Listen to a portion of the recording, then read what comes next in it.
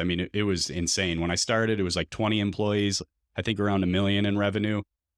By the time we sold, like 10 years later, it was 80 million in annual recurring revenue. And we had 480 employees and 3 data centers in Lansing, 1 in Amsterdam, 1 in Scottsdale, an office in Ann Arbor. And just, it was pretty big. And then we sold to private equity in 2015. Okay. So I'm dying to know. So you had, and I won't say the number. If you want to say the number, you can say the number. But so you sold Liquid Web in 2015. 224 million. Okay, And we can only say that because we got sued and they put the number in there. They held us all to a confidentiality agreement. But as soon as we came public, so yeah. So what is the first thing you and your buddies did? When you walked out of that room after signing that deal for $224 million?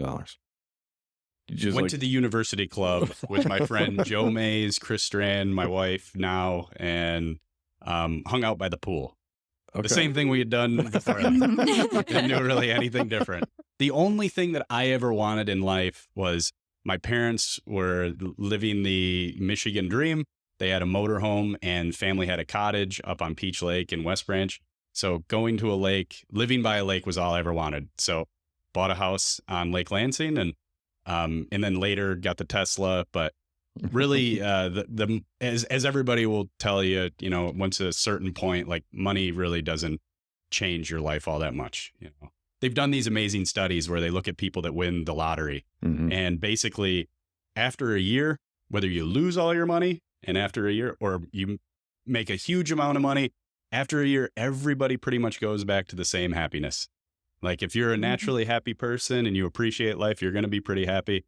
Money really doesn't change that. Now, of course, admittedly, it's totally